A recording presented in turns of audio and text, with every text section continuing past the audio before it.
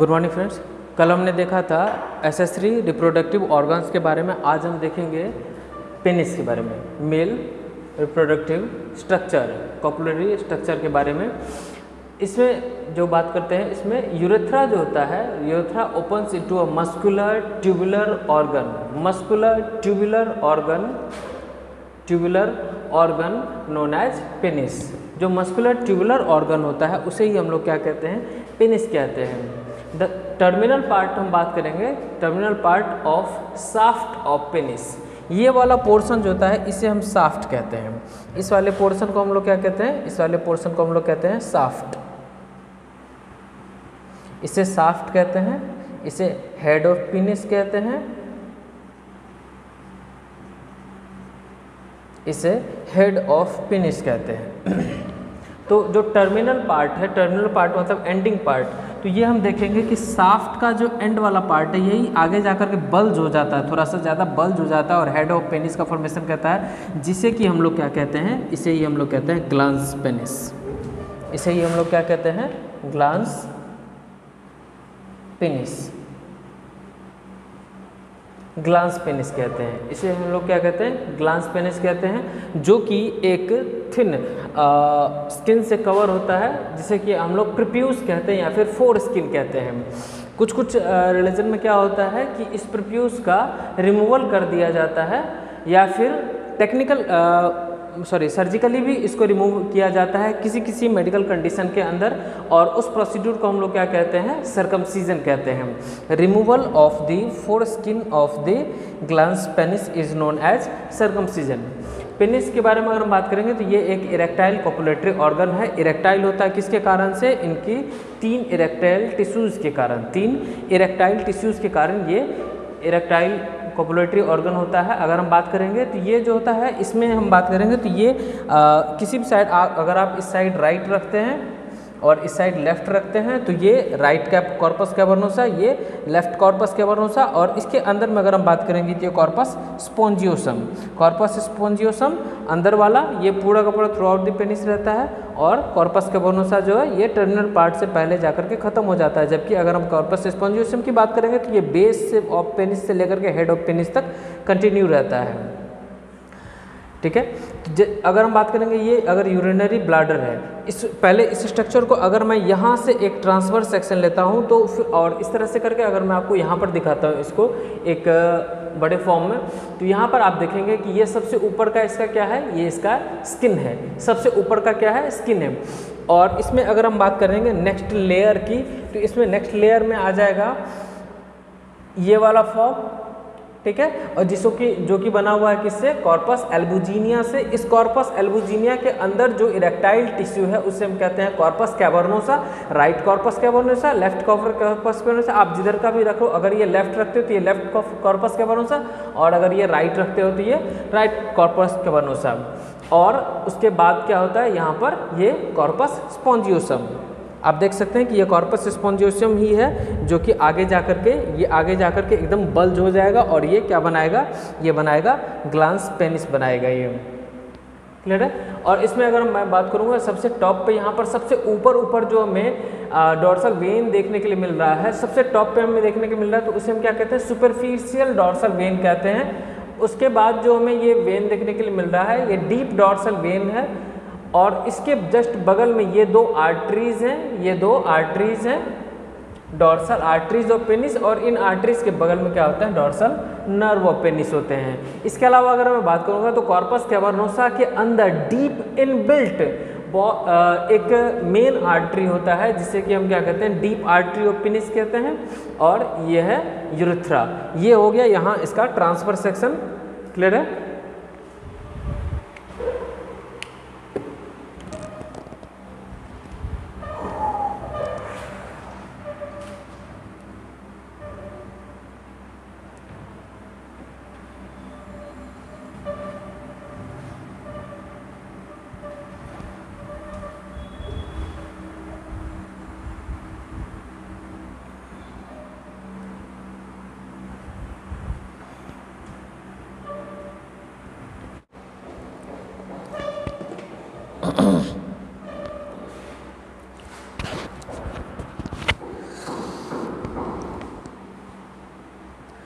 Next हम लोग देखेंगे हिस्टोलॉजी ऑफ सेमिनिफेरस ट्यूब्यूल्स, वो ट्यूब्यूल्स जहाँ पर कि स्पर्मेटोजेनेसिस होता है। नेक्स्ट आउटर सरफेस अगर हम बात करेंगे सेमिनिफेरस ट्यूब्यूल्स के जो आउटर सरफेस होते हैं, सबसे बाहरी सरफेस जो होता है वो किससे बना हुआ होता है, वो बना होता है वाइट फाइब्रस कनेक्टिव टिश्यू से, ठीक है, WFCT, white fibrous connective tissue से, वाइट फाइब्रस कनेक्टिव टिश्यू से बनता है और इसे हम कहते हैं ट्यूनिका प्रोप्रिया, ट्यूनिका प्रोप्रिया। जबकि इसका अंदर का जो सरफेस होता है, इनर सरफेस जो मेट बनता है वो बनता है cuboidal germinal epithelium. Germinal epithelium ध्यान रखेंगे, यही जर्मिनल एपिथेलियम जो है आगे जा करके स्पर्मेटोजेनेसिस करेगा और क्या बनाएगा, स्पर्म बनाएगा। नेक्स्ट देखेंगे इसमें जो कुछ कॉलमनर सेल्स होते हैं वो कहाँ पर होते हैं, लेयर्स में प्रेजेंट होते हैं। कहाँ, किसके लेयर्स में, जर्मिनल एपिथेलियम के लेयर्स में प्रेजेंट होते हैं। ये आप देख रहे हैं ये लेयर्स में, ये जर्मिनल एपिथेलियम से, ये सारे के सारे ये जर्मिनल एपिथेलियम से, और इसके बीच बीच में हम क्या देख रहे हैं कि इनके लेयर्स के बीच बीच में क्या प्रेजेंट है, कुछ कॉलमनर सेल्स प्रेजेंट है। और इन कॉलमनर सेल्स का नाम क्या है, इनका नाम है सर्टोलाई सेल। आप ये सर्टोलाई सेल के बारे में बहुत ध्यान से याद रखेंगे, ये बहुत इंपॉर्टेंट है। दी सर्टोलाई सेल्स प्रोवाइड न्यूट्रिशन, किसको, जो डेवलपिंग स्पर्म होता है, जो डेवलपिंग स्पर्म होता है, ये जो स्पर्मेटोजोआ है ये क्या होते हैं, इसके अंदर एम्बेडेड होते हैं, ये धंसे हुए होते हैं। ये स्पर्मेटोजोआ इस सर्टोलाई सेल के अंदर क्या होते हैं, एम्बेडेड होते हैं और वहाँ से अपना न्यूट्रिशन गेन करते हैं। इस कारण से सर्टोलाई सेल्स को नर्स सेल्स भी कहा जाता है। इसमें अगर हम देखेंगे, ये एक हिस्टोलॉजी ऑफ टेस्टिस मैंने यहाँ पर बनाया है। यहाँ पर इस सेमिनिफेरस ट्यूब्यूल का अगर मैं देखूँगा, सेमिनिफेरस ट्यूब्यूल ये अलग अलग सेमिनिफेरस कॉलम्स है। इसमें मैं ये एक ट्यूब्यूल का, एक ट्यूब का ये मैंने क्या ले रखा है, ट्रांसवर्स सेक्शन ले रखा है। तो यहाँ पर मैं क्या देख रहा हूँ कि ये सारे के सारे क्या है, ये जर्मिनल एपिथेलियम है। ये सेल्स जो हैं ये क्या है, ये जर्मिनल एपिथेलियम है, जर्मिनल एपिथेलियम। और इसमें मैंने फर्दर ये इसका छोटा करके बनाया है, ये एक्चुअली है क्या कि ये जो जर्मिनल एपिथेलियम है ये मियोसिस कर रहा है, ये मियोसिस कर रहा है, ये फर्दर डिवाइड कर रहा है और ये फर्दर डिवाइड करके क्या बना रहा है, ये स्पर्मेटोजोआ बना रहा है। और ये स्पर्मेटोजोआ क्या है कि ये इसके सर्टोलाई सेल के अंदर जा करके एम्बेड हो जा रहा है, धंस जा रहा है और वहाँ से अपना न्यूट्रिशन गेन कर रहा है। हम क्या देख रहे हैं कि सेमिनिफेरस ट्यूब्यूल्स, तो सेमिनिफेरस ट्यूब्यूल्स इस तरह से, और इसके बीच में कुछ सेल्स होते हैं, इसको क्या कहते हैं, इन ग्रुप ऑफ सेल्स को हम लोग क्या कहते हैं, लेडिग सेल्स कहते हैं। और इस लेडिग सेल का बहुत इंपॉर्टेंट रोल है, ये हम लोग आगे पढ़ेंगे, ध्यान रखेंगे आप लोग।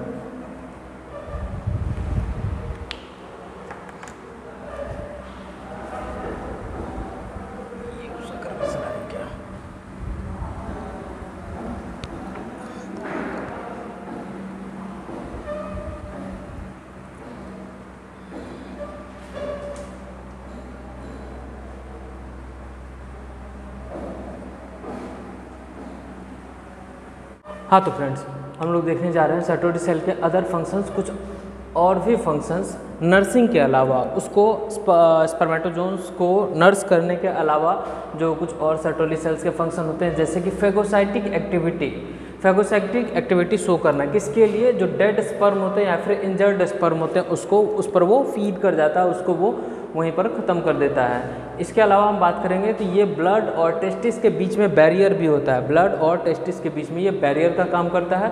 सर्टोरी सेल और क्या बनाता है, इनहिबिन बनाता है और साथ में एक और हार्मोन बनाता है AMH, इसे हम लोग बोलते हैं एंटी मुलेरिन हार्मोन। नेक्स्ट लेक्चर में मैं इसके बारे में डिस्क्राइब करूंगा कि ये AMH और ये इनहिबिन क्या करता है। जब मैं इसका नेक्स्ट इसके जस्ट बाद के मैं थोड़ी देर में इसको इस चीज़ को एक्सप्लेन करूंगा। नेक्स्ट बात करते हैं कि ये जो सेल्स होते हैं ये सिंथेसाइज कर सकते हैं क्या, एस्ट्रोजन, किससे, directly from the testosterone. Testosterone से ये क्या कर सकते हैं, एस्ट्रोजन को डायरेक्टली सिंथेसाइज कर सकते हैं और स्टिमुलेट कर सकते हैं किसी प्रोसेस ऑफ स्पर्मेटोजेनेसिस, स्पर्मेटोजेनेसिस के प्रोसेस को स्टिमुलेट कर सकते हैं। इसके बाद हम क्या देखते हैं कि FSH बोले तो क्या, फॉलिकुलर स्टिमुलेटिंग हार्मोन, यानी कि फॉलिकल्स को स्टिमुलेट करने वाला जो हार्मोन होता है वो सर्टोलाइज सेल पर एक्ट करता है और स्टिमुलेट करता है किसके secretion of some factors which helps in the process of spermiogenesis. Clear है, जो कि स्पर्मियोजेनेसिस के फॉर्मेशन में हेल्प करता है। नेक्स्ट बात करते हैं कि सब एंडोक्राइन सेल्स याद रखेंगे कि दो तरह के ग्लैंड्स होते हैं, एक होते हैं एक्सोक्राइन ग्लैंड और एक होता है एंडोक्राइन। मैं थोड़ा सा उसके बारे में बता दे रहा हूँ यहाँ पर। Exocrine gland, endocrine gland. जो एक्सोक्राइन ग्लैंड होते हैं ये ग्लैंड्स जो होते हैं ये डक्ट के साथ होते हैं, ग्लैंड्स विद डक्ट। और ये जो होते हैं ये डक्टलेस ग्लैंड्स होते हैं, यानी कि इन ग्लैंड्स में डक्ट नहीं होता है। एंडोक्राइन ग्लैंड्स के बारे में क्या होता है, डक्ट नहीं होता है। और ये क्या करते हैं, अपने सिक्रीशन को डायरेक्टली ब्लड में पॉर करते हैं, pours there secretion directly into the blood stream, जिसके कारण से क्या होता है, इसका एक्शन थोड़ा ज़्यादा फास्ट होता है, फास्ट एक्शन वाला होता है। ये अलग बात है कि ये लॉन्ग लास्टिंग नहीं होता है, शॉर्ट एक्टिंग होता है, जबकि इसका जो होता है ये स्लो एक्शन होता है, जबकि ये लॉन्ग लास्टिंग होता है। सब कुछ लगभग उल्टा है, ये डक्टलेस है, ये डक्ट वाला है, ये अपना सिक्रेशन डायरेक्ट ब्लड स्ट्रीम में पॉर करता है, जबकि ये क्या करता है, डक्ट वाला है तो डक्ट के थ्रू पहले कहीं पर ले जाकर स्टोर करेगा, फिर कंट्रोल्ड सिक्रेशन करेगा। इसका फास्ट एक्शन होगा, इसका स्लो एक्शन होगा। इसका क्या होगा, बहुत कम टाइम ड्यूरेशन के लिए इसका एक्शन होगा और इसका एक्शन बहुत ज़्यादा लंबे टाइम ड्यूरेशन के लिए होता है। अब हम आते हैं नेक्स्ट अपने एंडोक्राइन सेल्स होते हैं, जिसको कि हम लोग क्या कहते हैं, उसे हम लोग कहते हैं लेडिक सेल्स कहते हैं, या फिर इसको हम लोग इंटरस्टिशियल सेल्स कहते हैं। मैं आपको एक बात यहाँ पर बता देना चाहता हूँ कि किसी भी टिश्यू के स्ट्रक्चर के बीच में अगर कोई चीज़ होता है तो इन दोनों के बीच में है तो इंटर, और चूंकि टिश्यू के बीच में है तो इंटरस्टिशियल। इंटर वर्ड इंटरमीडिएट के लिए यूज़ किया जाता है और स्टिशियल वर्ड किसके लिए यूज़ किया जाता है, ये स्टिशियल वर्ड यूज़ किया जाता है टिश्यूज़ के लिए। तो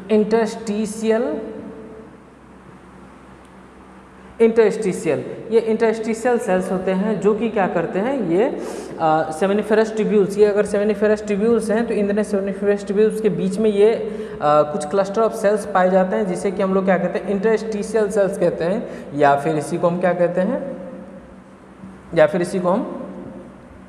लेडिक सेल्स कहते हैं। ये लेडिक सेल्स क्या करते हैं, ये सिक्रीट करते हैं क्या, टेस्टोस्टेरोन एक तरह का स्टेरॉइड हार्मोन है, which enters in the seminiferous tubule, जो कि सेमिनिफेरस ट्यूब्यूल के अंदर एंटर कर जाता है। कैसे, बाय सिंपल डिफ्यूजन, बस सिंपली डिफ्यूजन के थ्रू एंटर कर जाता है। और ये किसके कारण से होता है, ABP बोले तो यहाँ पर मैंने लिख रखा है ABP, इसका फुल फॉर्म होता है एंड्रोजन बाइंडिंग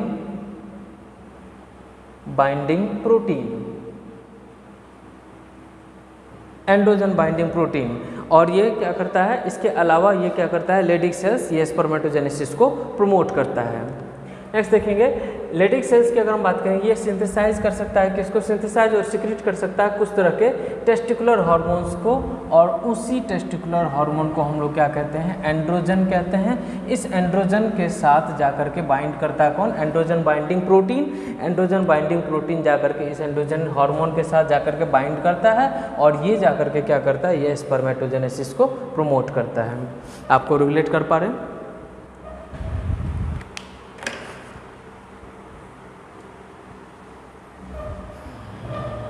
हाँ तो फ्रेंड्स, हम लोग बात करने वाले हैं नेक्स्ट मेल रिप्रोडक्टिव हार्मोन्स के बारे में। जिसमें कि सबसे पहला हार्मोन हम लोग डिस्कस कर रहे हैं FSH, फॉलिकुलर स्टिमुलेटिंग हार्मोन, जो कि फॉलिकल्स को स्टिमुलेट करता है। ये क्या होता है, ये हार्मोन बाइंड करता है किसके साथ, FSH रिसेप्टर के साथ। और ये रिसेप्टर कहाँ पर प्रेजेंट होता है, ये सर्टोलाई सेल्स के में जो सेमिनिफेरस ट्यूब्यूल्स होते हैं वहाँ पर ये प्रेजेंट होता है और ये एफएसएस वहाँ पर जाकर के बाइंड करता है और क्या करता है, दीज सेल्स को मतलब इन सेल्स को क्या करता है, साइज में ग्रो करने में हेल्प करता है और नंबर्स बढ़ाने में हेल्प करता है और साथ में क्या करता है, ये स्पर्मेटोजेनिक सब्सटेंसेस को रिलीज करवाता है उससे और साथ में क्या रिलीज करवाता है, एबीपी बोले तो क्या, एंड्रोजन बाइंडिंग प्रोटीन जो कि आगे जाकर के एंड्रोजन को बाइंड करेगा। नेक्स्ट हम लोग देखेंगे कि एबीपी का क्या रोल है, ये क्या करता है, ये कॉन्सेंट्रेट करता है किसको, ये कॉन्सेंट्रेट करता है टेस्टोस्टेरोन को, कहाँ पर, सेमिनिफेरस ट्यूब्यूल के अंदर, ताकि ज़्यादा अमाउंट में वहाँ पर ये पहले से स्टोर रहे और अपना फंक्शन कर सके। नेक्स्ट है एलएच या फिर आईसीएसएच। एलएच ल्यूटिनाइजिंग हार्मोन, इस ल्यूटिनाइजिंग हार्मोन के बारे में बात करेंगे तो ये स्टिमुलेट करता है किसको, लेडिग सेल्स को। हम लोग जानते हैं कि लेडिग सेल्स जब स्टिमुलेट होते हैं तो क्या सिक्रीट करते हैं, ये टेस्टोस्टेरोन सिक्रीट करते हैं, यानी कि ये टेस्टोस्टेरोन को सिक्रीट करवाएगा। यहाँ पर एक बात खास ध्यान देने बात है कि लेडिग सेल्स जो होते हैं ये मैच्योर कब होते हैं, ये 10 साल की एज में मैच्योर होते हैं, 10 साल से पहले ये मैच्योर नहीं होते, तो उससे पहले इसका टेस्टोस्टेरोन का सिक्रीशन भी नहीं होता, उसके बाद सिक्रीशन होता है, जिसके कारण से उसके बाद उसमें क्या होता है, सेकेंडरी सेक्सुअल कैरेक्टर्स दिखाई देने स्टार्ट होते हैं। अगला हार्मोन है इनहिबिन, नाम से ही क्लियर है कि इनहिबिन यानी कि ये किसी न किसी चीज़ को इनहिबिट करेगा। ये सिक्रीटेड होता है किसके द्वारा, सेंट्रलाइज सेल्स के द्वारा सिक्रीट होता है। किसके रिस्पॉन्स में, अगर स्पर्मेटोजेनेसिस ज़्यादा हो गया है तो उसके रिस्पॉन्स में ये सेंट्रलाइज सेल्स क्या रिलीज करेंगे, इनहिबिन रिलीज करेंगे और ये इनहिबिन क्या करेगा, ये हाइपोथैलेमस और साथ में एंटीरियर पिट्यूटरी पर ये क्या करेगा, एक्शन करेगा और क्या करेगा, ये सप्रेशन करवाएगा किसका, synthesis and release of FSH के सिंथेसिस और रिलीज को वहाँ पर स्टॉप करवा देगा। तो इसके कारण से क्या होगा, अगर एफएसएच अगर नहीं बनेगा, एफएसएच नहीं बनने के कारण क्या होगा कि ये सेल्स साइज में ग्रो नहीं होंगे और स्पर्मेटोजेनिक सब्सटेंसेस और एबीपी इन सब का फॉर्मेशन होगा तो वहाँ पर क्या होगा, स्पर्मेटोजेनेसिस स्टॉप हो जाएगा। और इसका यही तो गोल था कि एक्सेस ऑफ स्पर्मेटोजेनेसिस होता जा रहा है, जिसको कि सप्रेस करने के लिए क्या रिलीज हुआ था, इनहिबिन रिलीज हुआ था। नेक्स्ट देखेंगे कि टेस्टोस्टेरोन, एक और हार्मोन ये बचा हुआ है टेस्टोस्टेरोन, ये सिक्रीटेड होता है किससे, लेडिग सेल्स से सिक्रीट होता है, अभी हमने बात करी थी। और इसके बारे में अगर हम बात करेंगे टेस्टोस्टेरोन क्यों एसेंशियल है, तो ये बात करेंगे सबसे पहली बात कि ये स्पर्म प्रोडक्शन का काम करता है, नंबर फर्स्ट। दूसरा क्या करता है, डेवलपमेंट करता है किसका, अभी मैंने बात करी थी इसकी, सेकेंडरी सेक्सुअल कैरेक्टर्स, जैसे कि appearance of beard, moustache, deepening of voice, hardening of voice उसको, और एक्सेसिव बॉडी हेयर्स, इस सबको ये प्रमोट करता है, ये सेकेंडरी सेक्सुअल कैरेक्टर्स में आता है। ठीक है, इसको भी कौन प्रमोट करता है, टेस्टोस्टेरोन। नेक्स्ट है कि एबीपी का सिक्रीशन भी कौन करवाता है, टेस्टोस्टेरोन। ध्यान रखेंगे कि एबीपी का सिक्रीशन टेस्टोस्टेरोन करवाता है, फिर जाकर के एबीपी टेस्टोस्टेरोन के साथ जाकर के बाइंड करता है और बाइंड करने के बाद क्या करता है, उसको सर्टोलाइज सेल्स के अंदर ज़्यादा अमाउंट में, कॉन्सेंट्रेटेड अमाउंट में ये स्टोर करके रखता है। इसके अलावा हम बात करेंगे टेस्टोस्टेरोन ऑल्सो क्या करता है, निगेटिव फीडबैक देता है किसके अगेंस्ट, एक्सेस कॉन्सेंट्रेशन। ठीक है, एक्सेस कॉन्सेंट्रेशन में अगर ये जमा हो गया है तो ये क्या करेगा, सप्रेस करेगा किसको, जीएनआरएच बोले तो क्या, गोनाडोट्रोपिन रिलीजिंग हार्मोन, यानी कि गोनाड्स को एक्टिवेट करने के लिए जो हार्मोन रिलीज होते हैं उसको सप्रेस कर देगा, एफएसएच को सप्रेस कर देगा और एलएच को सप्रेस कर देगा। इस सबको सप्रेस करेगा, यानी कि अल्टीमेटली क्या होने वाला है, अल्टीमेटली टेस्टोस्टेरोन का अमाउंट घटने वाला है और फिर स्पर्मेटोजेनेसिस रुकने वाला है, धीरे धीरे करके घटने वाला है। इसके बाद हम बात करेंगे कि ये सिक्रीट, ये फीटल स्टेज में भी थोड़ा बहुत सिक्रीट होता है, फीटल स्टेज में बहुत कम अमाउंट में, बहुत एज लो एज कितना, 30 नैनोग्राम पर ml ऑफ प्लाज्मा कॉन्सेंट्रेशन।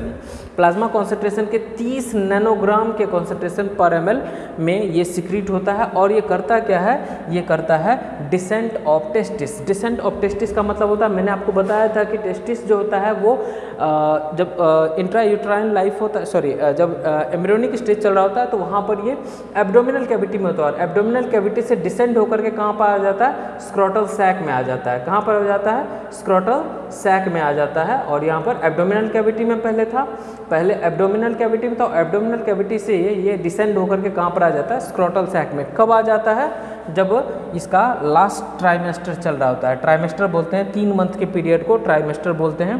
तो जब लास्ट ट्राइमेस्टर चल रहा होता है 9 मंथ वाले ड्यूरेशन में, जब लास्ट ट्राइमेस्टर चल रहा होता है तो उसमें इंट्रा यूट्राइन लाइफ मतलब क्या कि जब फीटस जो है वो कहाँ पर है, यूट्रस में है, यानी कि इंट्रा अंदर यूट्रस, ठीक है। इंट्रा यूट्राइन लाइफ में जब लास्ट ट्राइमेस्टर उसका चल रहा होता है उस समय पर ये डिसेंड होकर के यहाँ पर आ जाता है। तो इसके लिए इसको बहुत ही कम अमाउंट में टेस्टोस्टेरोन की ज़रूरत पड़ती है, लगभग कितनी 30 नैनोग्राम पर ml ऑफ प्लाज्मा कॉन्सेंट्रेशन, ठीक है।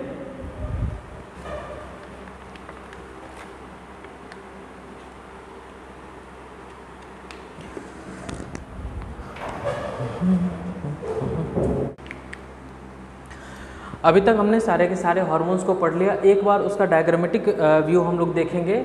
ये हाइपोथैलेमस, हाइपोथैलेमस से GnRH बोले तो क्या, गोनाडोट्रोपिन रिलीजिंग हार्मोन, ये रिलीज होता है। गोनाडोट्रोपिन रिलीजिंग हार्मोन है और ये एक्ट करेगा, चूंकि ये रिलीजिंग हार्मोन है, ध्यान रखेंगे। Hypothalamus most of the hormone कैसे रिलीज करते हैं, वो रिलीजिंग हार्मोन करते हैं और वो रिलीज करवाते हैं किससे, एंटीरियर पिट्यूटरी से या फिर पोस्टीरियर पिट्यूटरी से। लेकिन यहाँ पर हमें रोल किसका देखना है, यहाँ पर हमें रोल देखना है एंटीरियर पिट्यूटरी का। ये एंटीरियर पिट्यूटरी से रिलीज करवाएगा क्या, ICSH या फिर LH, उसी को हम लोग कहते हैं, या फिर FSH।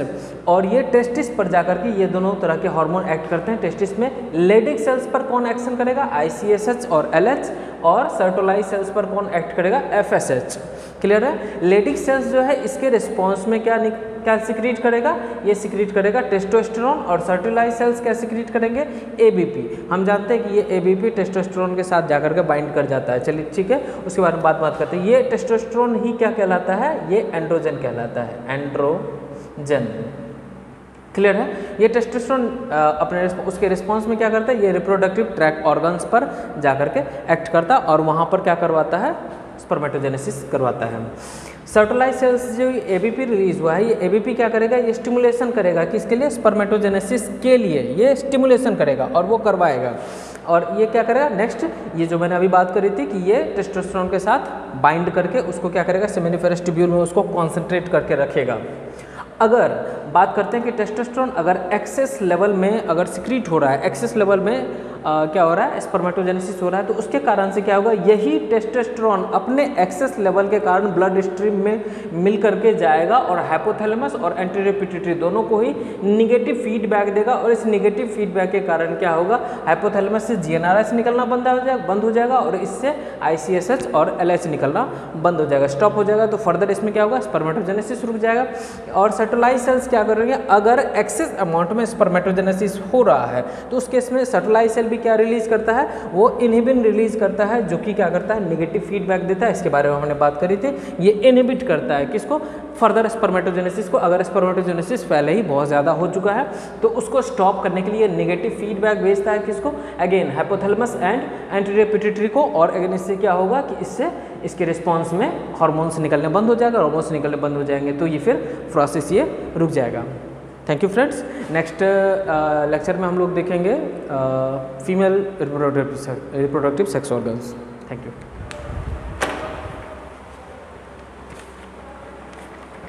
मैं तेरे इश्क में